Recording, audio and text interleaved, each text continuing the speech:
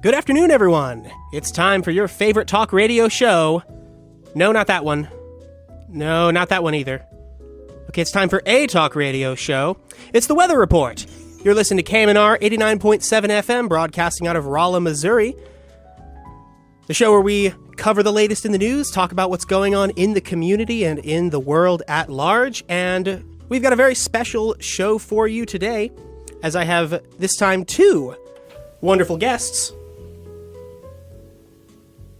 So I'm joined today by Lucy Behrendt and Endi Rolufs, who are here representing the organization Abide in Love, a local nonprofit dedicated to supporting immigrants in the community.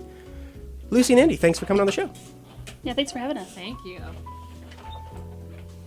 So let's just start off high and give us kind of a high-level overview of the organization. What is Abide in Love here to do? Well, you already kind of introduced us. Our mission is to support immigrants in Phelps County.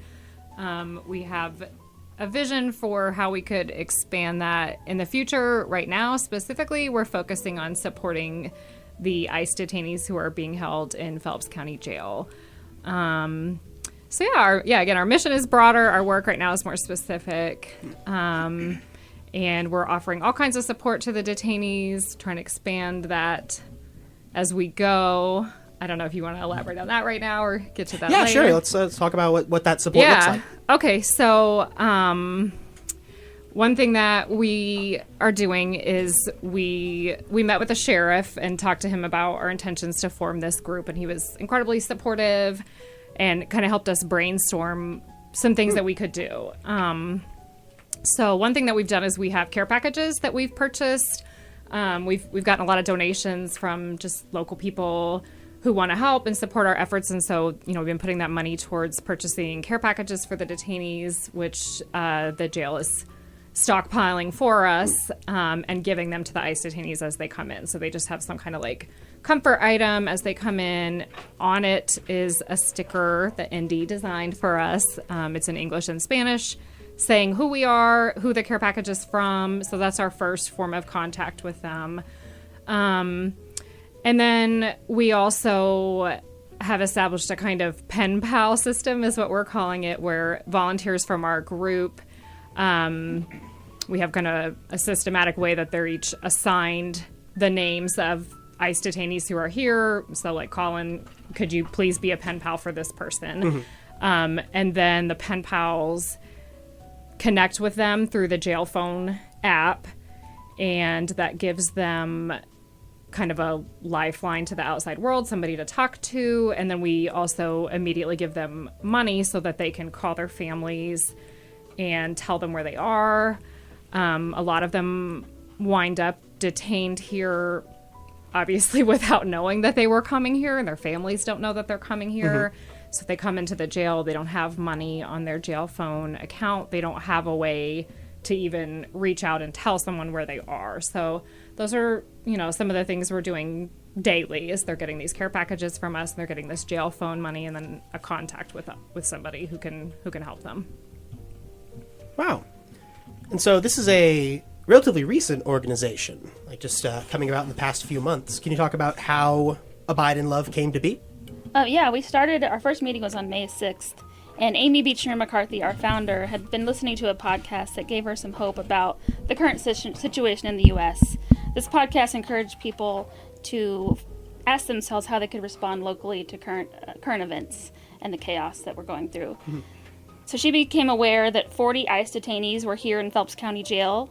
So with her increasing concern about that, she just decided to start Abide in Love. And so she kind of messaged me and her sisters, and it kind of just went from there. I posted an event page and got a lot of people together. We've met at the public house on May 6th, and it's really just snowballed from there.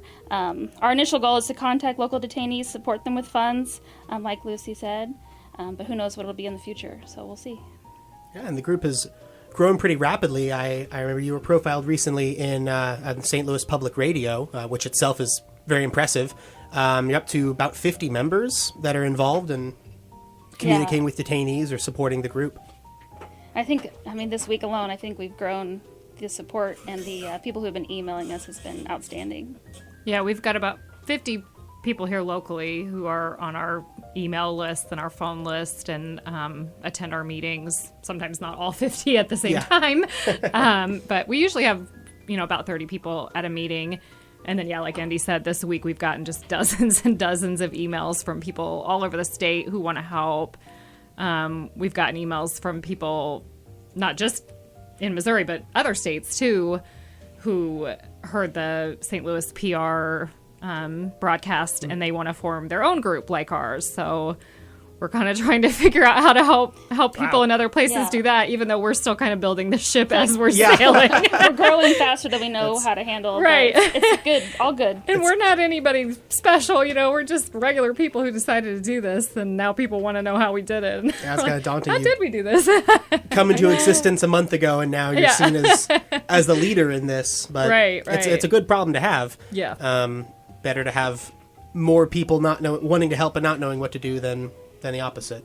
And I think we have so many things we want to do that sometimes we do have to stop and think about the things we have done. And we were just talking about that a couple of days ago, how far we've come in a couple of months. That when we sat down at that first meeting and had some ideas about what we want to do. And looking back now, we're like, oh, that's funny. We thought we could do that. Now we know we can't do that. Or we never thought we were going to do this thing. So we have learned some, and we can hopefully help some other groups get through those hurdles and answer those questions more quickly. Yeah.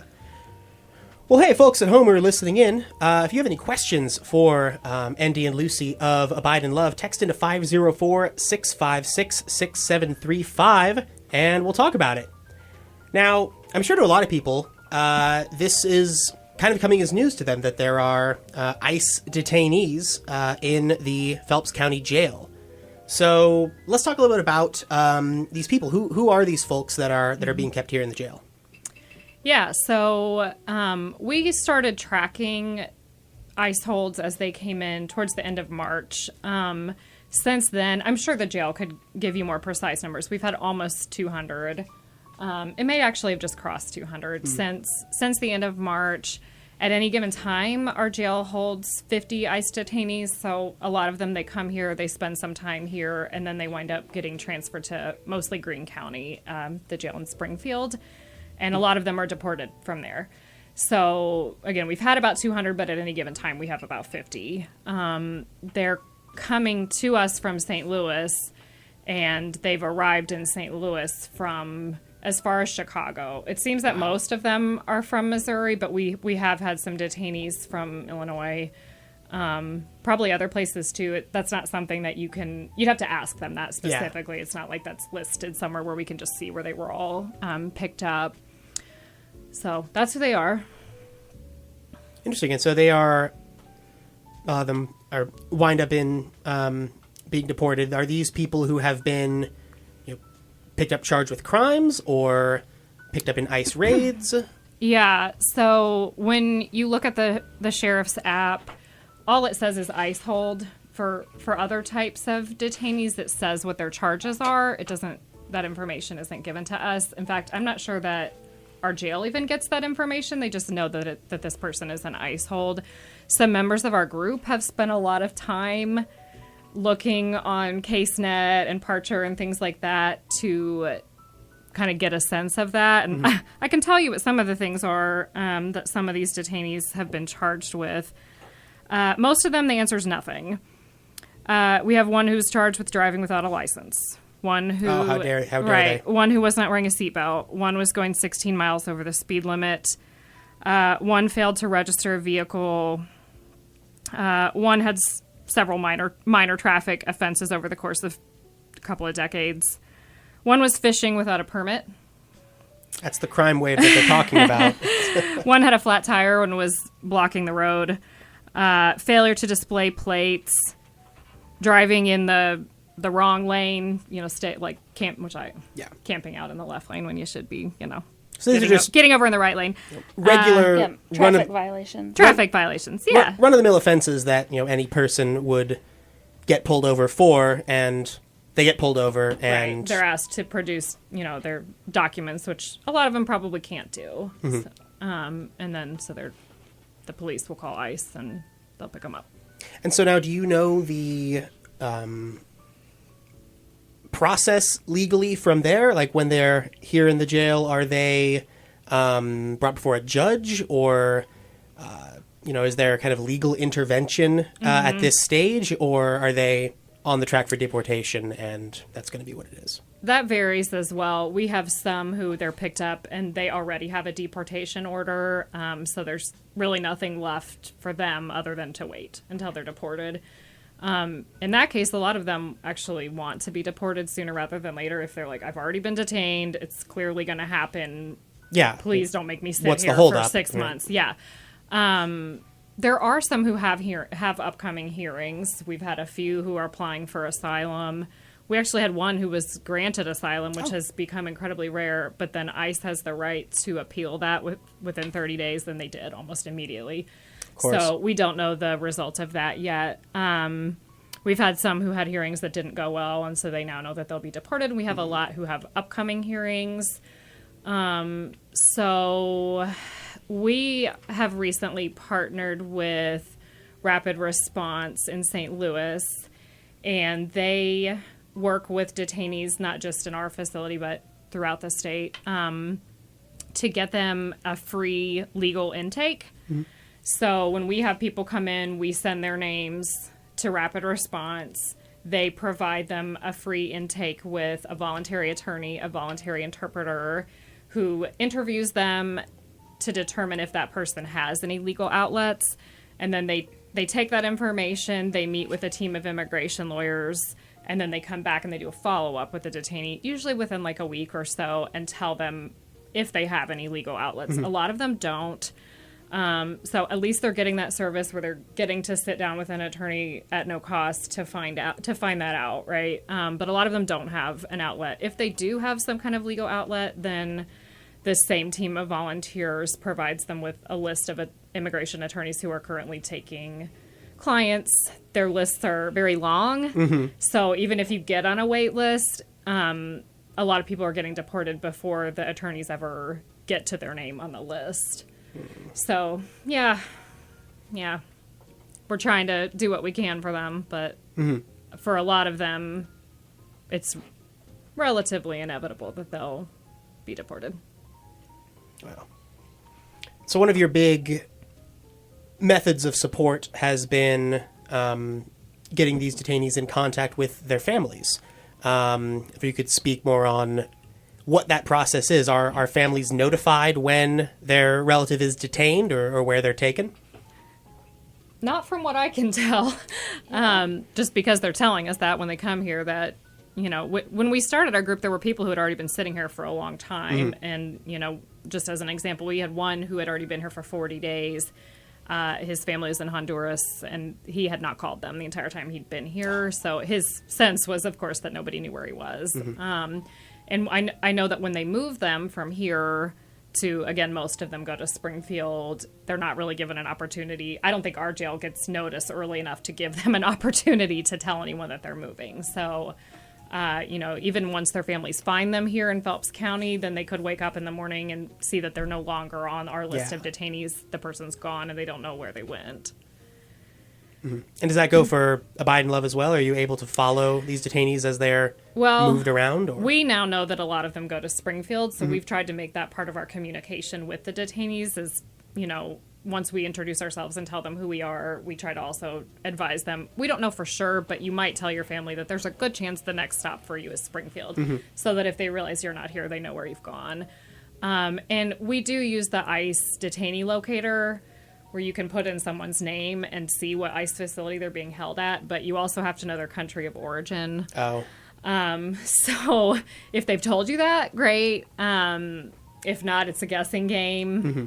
Sometimes people's names aren't spelled right in the ICE detainee locator, which is wild to me because you could be looking for your loved one and not know that somebody left a letter out of their name, and then you can't find them in the system. And once they're deported, they're not in the ICE detainee locator anymore. So you don't get like a notification that your loved one has been deported. Mm-hmm. You just realize they're not in the system anymore, and it doesn't tell you where they went, or they're gone from the system like they didn't exist anymore. Yeah, well, I mean, some of the stories we've been seeing about the ICE crackdown, I mean, people being detained with, no warrant, or the warrant has the wrong name or ID number on it. I will give no credit to ICE, but even having a detainee locator at all was not something that I expected of them. accurate or not. Right, yes. Yeah, and that detainee locator, the website for that is on our website, abideandlove.org. So we have resources there for people, ICE detainees and their families, to go look at if they need resources, how to find their family, how to talk to them, things like that. Wow. So then we talked a bit about the coverage that Abide and Love has gotten, profiled in St. Louis Public Radio, and various other sources have started to pick up this story and spread the word. So we want to talk about kind of the reception that Abide and Love and its efforts have received. And I did want to start with the detainees themselves. What kind of response have you gotten from them? Yeah, you start, and I can read some.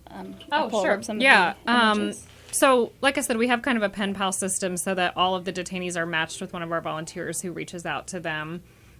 And there's a wide variety of response. We haven't received any negative responses. Some people don't even respond. We send them this message. We tell them who we are. We tell them we've given them money in their jail phone account, and they don't reply, which is understandable. I mean, a lot of them have a lot of skepticism. A lot of them have been scammed by people pretending to be lawyers or, things like that. And so I can understand how they might be like, okay, a stranger just gave me money. Why would you do that? So some of them don't respond. Most of them do. And most of them respond with a thank you. God bless you. Yeah. I mean, you would think we had just written them into our wills or something that, we've given them $3. But their attitude is that no one else is looking out for them. Nobody's helping them. And if they weren't able to call their mom or their children and now they can, that's a big deal for them. So we get lots of thanks and God bless you and things like that. And yeah, Endi, did you have some of those quotes? So on our Facebook page and Instagram, I've just been posting things that detainees have sent to our pen pals. Things that say, thank you for the good work you are doing for us immigrants. God will help you greatly. There are very few people who are offering this support. Just little messages like that. With the $3 you gave me, I was able to call my mom in Honduras. I hadn't spoken to her in almost 40 days because I didn't have any funds. Thank you again. So if you want to see any of those, they're on our website and on our Facebook page. Wow. And how about from the community at large? What kinds of response and reception have you gotten to your efforts? It doesn't seem like the Rolla community has really picked up on it quite yet. I'm sure that will change in the next week or so, but the St. Louis community and surrounding areas has been very positive as far as we can. We haven't really been reading the Facebook comments, but the support. We've had so many emails thanking us and asking how we can help, and that's been amazing. So overall, in my mind, it's been positive. But again, I'm staying out of the Facebook comments. So for good cause. Yeah. And then you had mentioned that the sheriff here in Phelps County has been supportive of what you're doing. Yeah, I mean, the sheriff and his staff have just been wonderful from the first time we sat down with them. They said they were appreciative of our work. Jonathan All interviewed him for his article with St. Louis PR as well. And, the sheriff made a point of saying, my job is to hold people, not to punish people. And you can tell that he greatly values keeping them safe, keeping his staff safe. And, his attitude was, sure, if people want to help them, that's great. And I'll help you come up with ideas for how to do that. We had ideas of things we were hoping to be able to do that we were not able to do because of certain protocols. Like we can't bring things into the jail. We can't, bring in socks or underwear. We thought about, could we bring in priests and let them have mass or have communion? A lot of them are Catholic, of course, and we can't do that. So, there are a lot of things we can't do, but he was really accommodating and creative and came up with ideas for things that we could do. And so a lot of the work that we're actually doing were his ideas. You can't do this, but how about if you did this instead? And then we're in contact with his staff when we have questions to make sure that we're helping and not hurting and, to check and see if there's something that we can do or not do. And they've just been really wonderful. Oh, that's fantastic. Yeah. So you can't bring stuff for them into the jail, and so the things in these care packages, they're all purchased from within the jail? Correct, yeah. So we were hoping to, go to Walmart or something and stockpile, undershirts, socks, underwear, things like that. They can't do that. In the past, they've had people sneak things in or, so they just have kind of a strict policy as far as that goes for the safety of their detainees and their staff. So if we want to provide them with physical things, it has to be purchased from the commissary. So the items that we're providing them with are coming from from those purchases. And from what I've seen, what they need to be provided with is pretty much everything. Like covered in the story, like they're not even given socks or underwear when they're brought in. You have to provide those for them. Yeah, to be honest, I'm not sure if we've actually communicated 100% with the staff about that, because the detainees do sometimes tell us that they need underwear. They ask for underwear and socks, but I'm not sure if that's just because they want more or they don't have any. I'm not sure about that, to be honest. Some of them have made it seem like the case is that they don't have any, but I don't know that for sure. Yeah, we have a quote from someone that says, if we all enter here without underwear, they take it away from us. They only give us 2 jumpsuits. So I'm not sure. Yes, that seems to be the case, but I haven't confirmed that for sure. I know there is kind of a system of like you can ask for something, but they only order things on certain days. They're only delivered on certain days. Right, yeah. So they are given hygiene kits when they come in, and the sheriff himself told us they're not great. It's what they can provide. So, that was something he encouraged. Hey, if you guys have the funds, I'm sure a lot of them would appreciate nicer hygiene items. So they do get things like that without having to pay for them. But yeah, I mean, they said it's a little bar of soap that only lasts a couple of showers. Like a hotel bar of soap. Yeah. So not to suggest that they're not providing them with anything, but, sure. They did say that, they were pretty clear that the stuff they get's not great, and that a lot of them would be appreciative of a little bit nicer hygiene items and underwear, I guess. Yeah. And this, what struck me when, just reading about what this group does is that this isn't radical, right? You're not, trying to aid and abet people with committing crimes. You're not breaking people out of jail. You're not, you're supporting people who are at their lowest. They're in jail. They're about to be deported. Their life here in the United States is pretty much over. And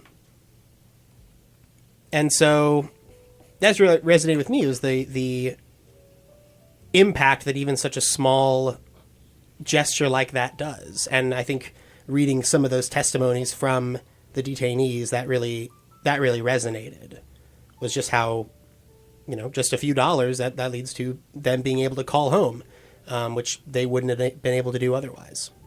Yeah, so Abide in Love, our principles are based on Martin Luther King Jr.'s principles of nonviolence. And he said that nonviolence is love-centered way of thinking, speaking, acting, and engaging that leads to personal, cultural, and societal transformations. That's just what we're trying to do, just give these people, just the right to call their families. They're scared and alone, and I can't imagine being in that situation. Yeah, treating them like people. Yeah. Who, even if they're in jail for one reason or another, they deserve to get to talk to people who care about them, and they deserve to have this support. Yeah, and their family deserves to, know where they are. Exactly. So.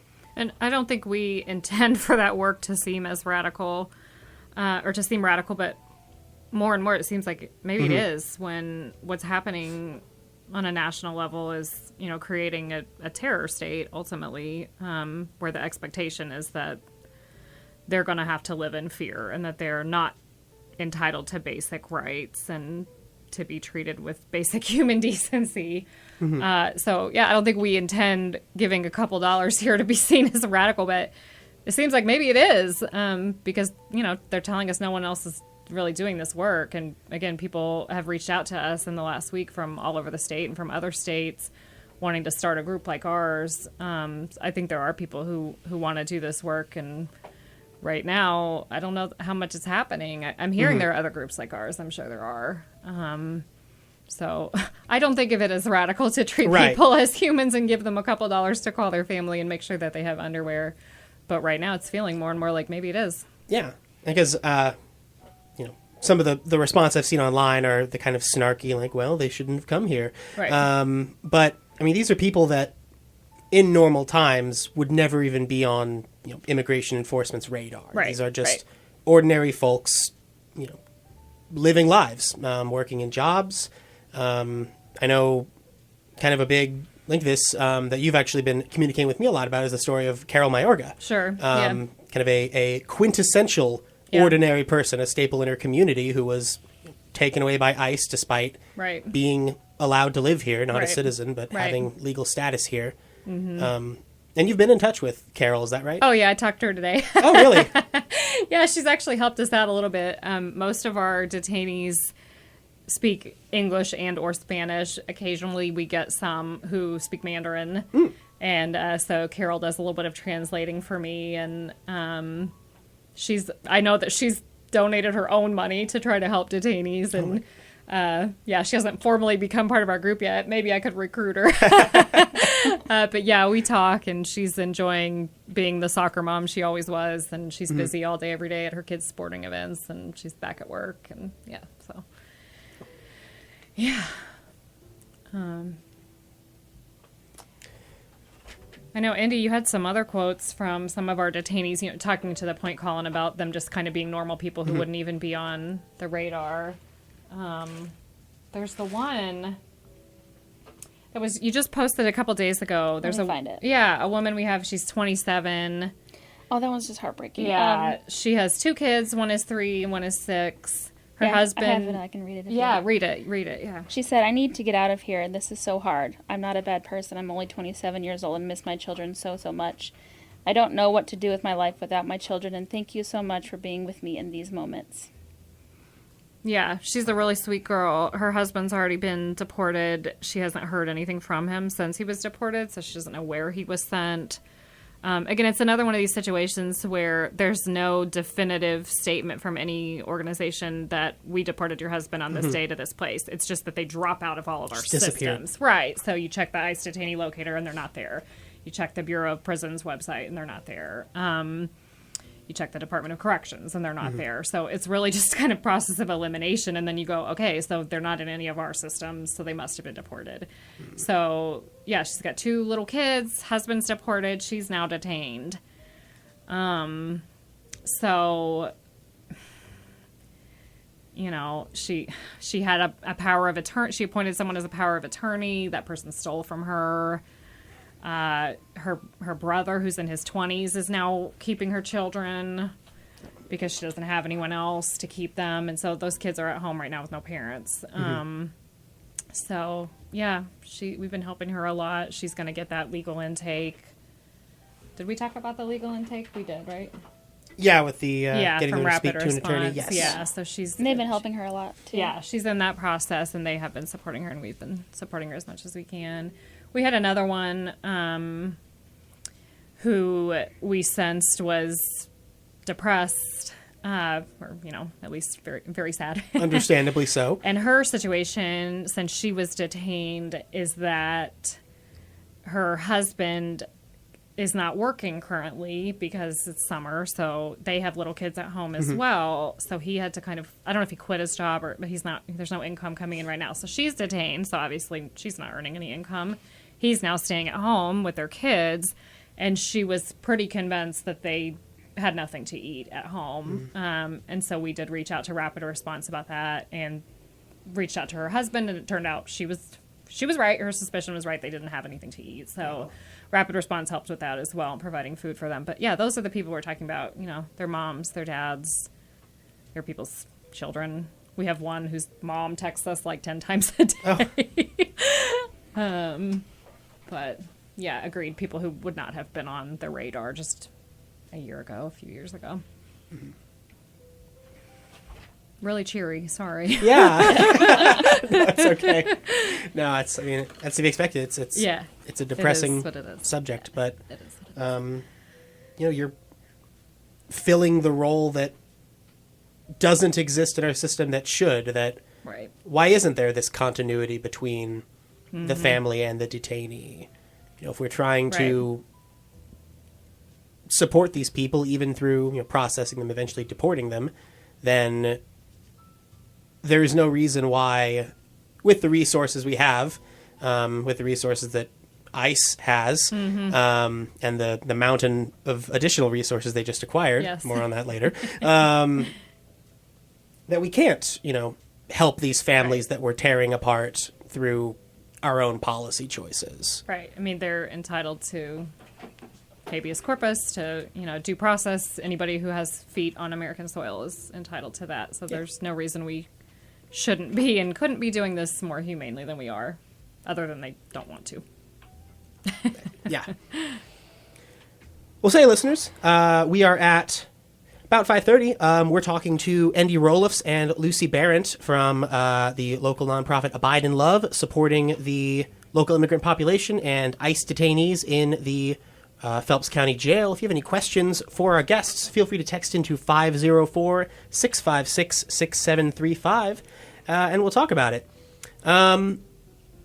Last thing I wanted to hit on with Abide in Love is what is next. So you've gotten a lot of coverage. You have a lot of now potential sister organizations that are kind of forming in these other communities.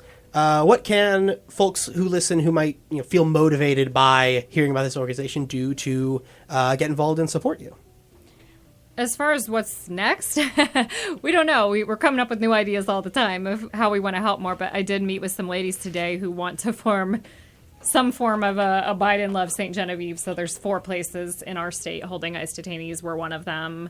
St. Louis is one, Kansas City is one, and St. Genevieve is one. And so they heard about us, and they're just regular people like us who want to do this, and just we're kind of asking, how did you do this? How did you start? What was the first step? So we're trying to support that, while also, like I said, still building the ship ourselves. Trying to figure out our we're trying to do the daily work of supporting the detainees, and now we're getting emails. Do you train organizations? I don't know.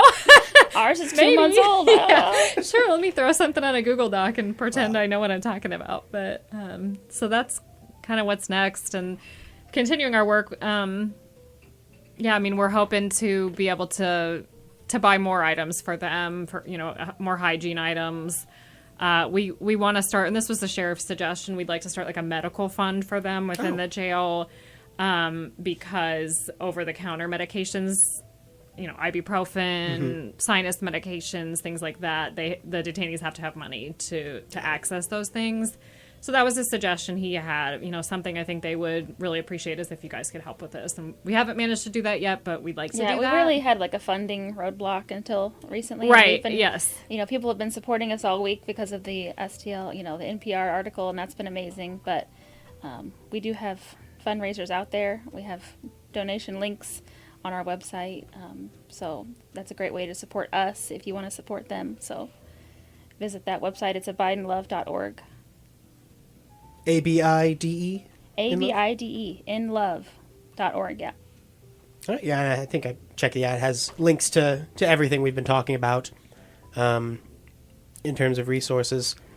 There's a bunch. We have 988 resources on there for people. We have lawyer recommendations, different things like that for families who have someone detained. Or you can buy a Abide in Love shirt. You could buy an Abide in Love shirt or tote bag or mug. Yes. There's all kinds of options. There's also just a link to donate straight to us if you want. That's fantastic. I think we also have the Rapid Response Coalition website on there if you're interested in that. I think that's based out of St. Louis. Yep. So they're a great organization. Yep. Yeah, and we are, like Endi said, we are trying to find new ways to raise money because the work is expensive. Most of our money so far is going to the communication with detainees and the giving them phone money.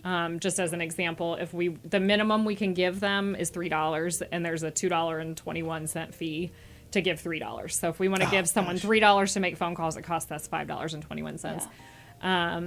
The fees with this app, which is HomeWave, I don't think we've mentioned that. We communicate with them through HomeWave, and the fees on there are just taking all of our funds. So yeah. So, with the number of detainees that we have and more coming in all the time, even if they only stay for a couple of days, we're giving them that money to make a call to their family and tell them where they are. And so it's, it's costing us hundreds of dollars. So yeah, that's why we need to raise money. That's what's costing us the most right now is the communication with them and helping them communicate with their families. So that's next for us too, is thinking of ways that we can have more visibility for our group. Finding fundraisers, finding events that we can have a table at to talk to the community. So if anybody knows any events coming up, that would be a great place to put an Abide in Love table just to talk to community members. That would be amazing. You can email us at info@abideinlove.org. So we definitely need those. We're going to try to hit that hard in the next 6 months, is just to try to get our name out there. I don't think the need for this work is going anywhere anytime soon. So. Yeah. All right, well, Lucy and Endi, thank you so much for talking about this organization. Folks, we're going to take a quick break for some public service programming and concert news, and then we'll be talking about what else is going on in the world. So you're listening to KMNR 89.7 FM, The Weather Report, and stay tuned.